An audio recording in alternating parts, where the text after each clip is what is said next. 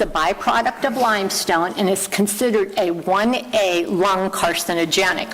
Blowing sand, seismic detonations, 300 dump trucks, lights, loud noises, water pollution do not make Horry County the place anyone wants to live. I live near a quarry. I speak from experience. And I should add that my older daughter has environmental breast cancer as a result of living near that quarry. Council members have a choice. South Carolina has numerous unpopulated or agricultural areas in which mining would be more beneficial. Polo Farms, or any residential area for that matter, is not the area you want to desecrate land. This is not flood mitigation, since the waters have to be pumped out in order for that company to make a profit. This is the first of many signature petitions.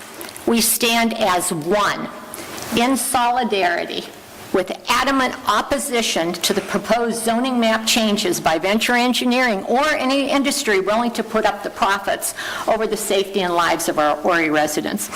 Mr. Hardy, I present to you the beginning of the signatures, and I want to thank you all for your time and consideration for our solidified request for disapproval. Thank you. Thank you, ma'am. We appreciate you coming. Okay, a couple weeks ago I got a phone call from our County Councilman, Danny Hardy, and he said the guys that want to put the mine in the back would like to meet with you. And after I got up off the floor, I said, mine? Yeah, okay, where venture engineering is responsible to somebody to help them get a mine in our backyard over here. And so I raised a little hell and got a bunch of people together, and we went down and we met with them, and they said they wanted to, and they used the magic word, do flood mitigation, that would help with flood mitigation. We had 45 or 50 people that went and kind of overtook the office, and nobody seemed too interested in doing that, except for one family. And so we came back and we thought about it, and I did a lot of reading about sand mining and the pros and the cons of it.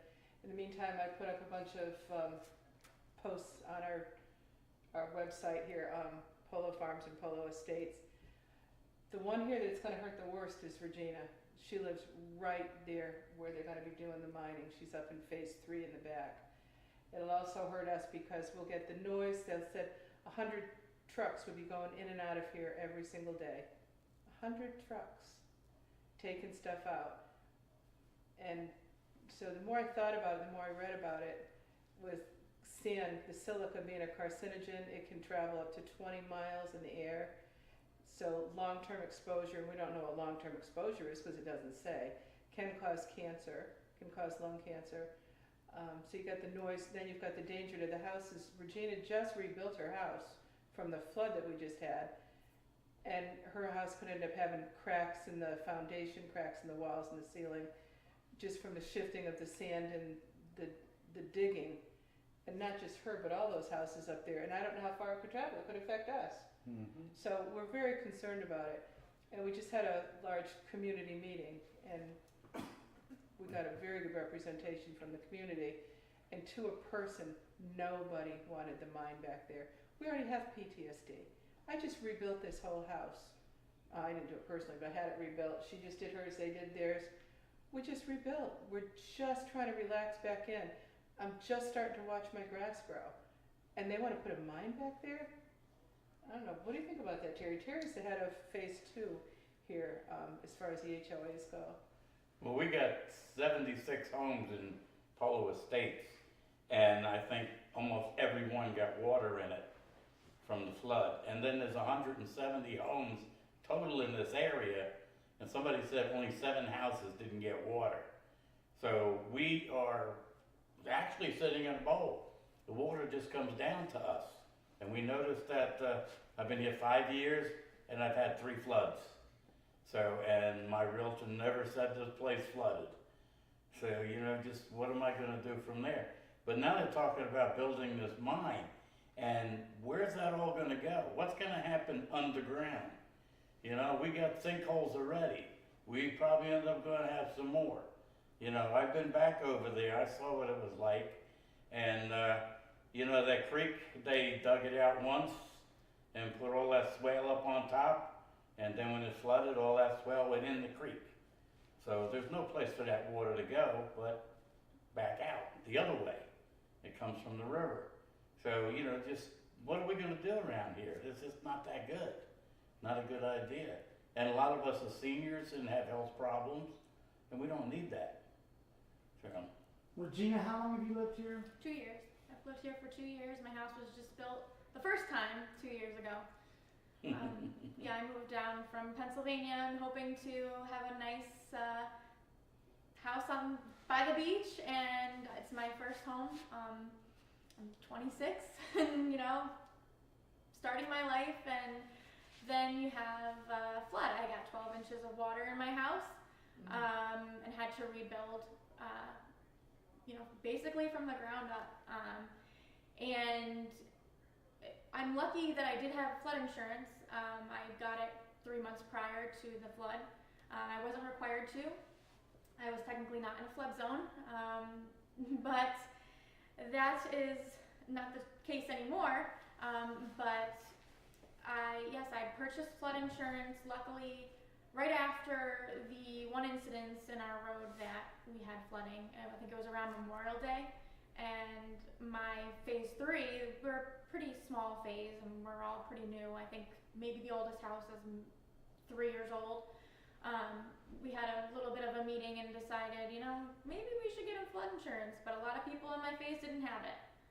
So some people are still building now, you know, 6-7 months later. So, I mean, it's been awful. And then if I have to rebuild again, what, you know, not only is my foundation gonna crack, if you have sinkholes, I mean, not to mention sinkholes aren't covered by homeowners insurance, so you have to get separate insurance.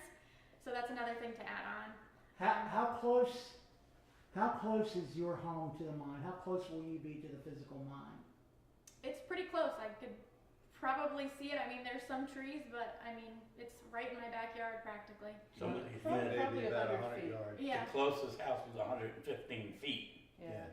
I believe having it within 150 to 200 feet is going to be really detrimental. All the carcinogens, all the dust, all the noise. It would be awful. I wouldn't be able to enjoy my house that I just rebuilt. Would you have bought the house if you knew they were going to mine there? If I knew that there was going to be a mine in the back, I never would have bought the house. Is that true for everyone? Mhm. We're all talking about moving. Yeah. Mhm. Well, that's one option. Well, I think if there's another flood or that mine goes through, we will have people leaving this area Yeah. Mhm. rapidly. Right. No, People were already leaving from the flood.